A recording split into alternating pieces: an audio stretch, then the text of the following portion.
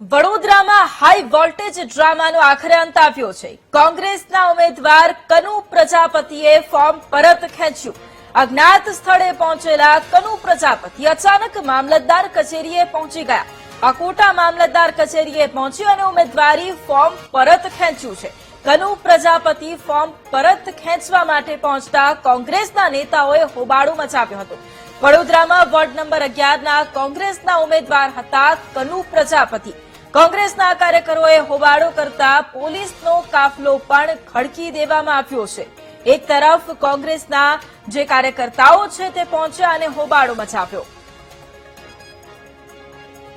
અને આજ મુદ્દે સંવાદદાતા માનુ આપણી સાથે લાઈવ જોડાઈ ગયા છે। માનુ, એક તરફ આજે ઉમેદવારી પત્ર પરત ખેંચવાનો અંતિમ દિવસ છે, એમાં પણ વડોદરામાં હાઈ વોલ્ટેજ ડ્રામા સર્જાયો હતો, કારણ કે કોંગ્રેસના વોર્ડ નંબર 11ના ઉમેદવાર કનુ પ્રજાપતિએ ફોર્મ હવે પરત ખેંચી લીધું છે। અત્યારે શું પરિસ્થિતિ?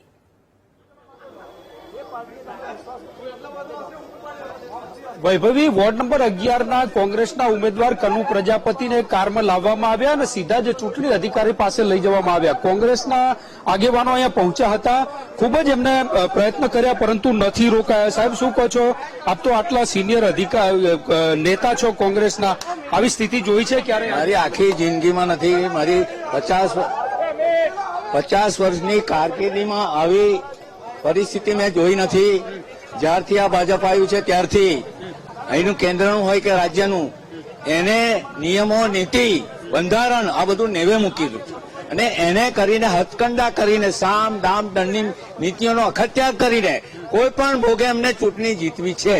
એટલે આવા અખતરા કરે છે ને એની અંદર પોલીસને હાથો બનાવે છે। પોલીસ હાથો બની ગઈ છે, એજન્ટ છે અને એમના ઘેર જાય છે, ઉમેદવારના ઘેર ધમકાવે છે। આવી રીતે બધી રીતે કરે છે ત્યારે ધમકીનું આખું વાતાવરણ છે। એની અંદર અમારા ગુજરાતની અંદર પણ 200 જેટલાને અમે સુરક્ષિત જગ્યા પર રાખ્યા।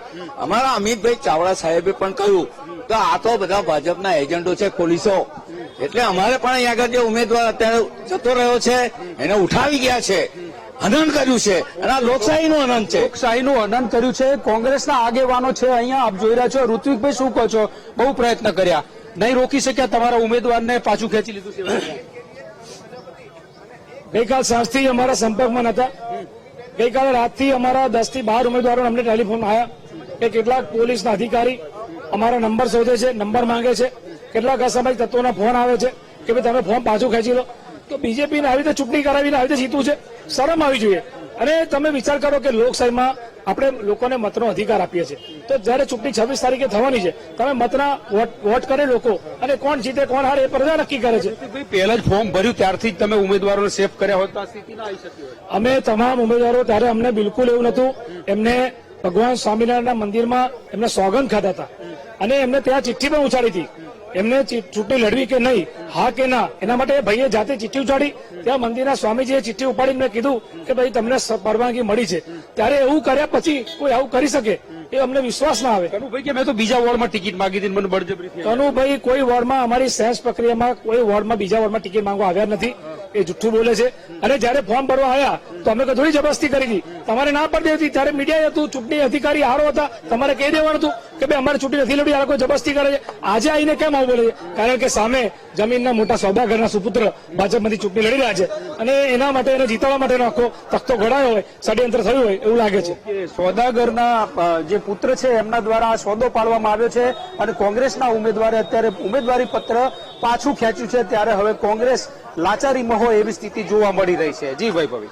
બિલકુલ, આભાર માનું જોડાવા માટે અને તમામ જાણકારી માટે। તો જે પ્રમાણે વડોદરાની આ સ્થિતિ છે, વોર્ડ નંબર 11માં ઉમેદવારી ફોર્મ પરત ખેંચવા માટે કોંગ્રેસના ઉમેદવાર પહોંચ્યા હતા કનુ પ્રજાપતિ, જેમણે ઉમેદવારી ફોર્મ પરત ખેંચી લીધું છે।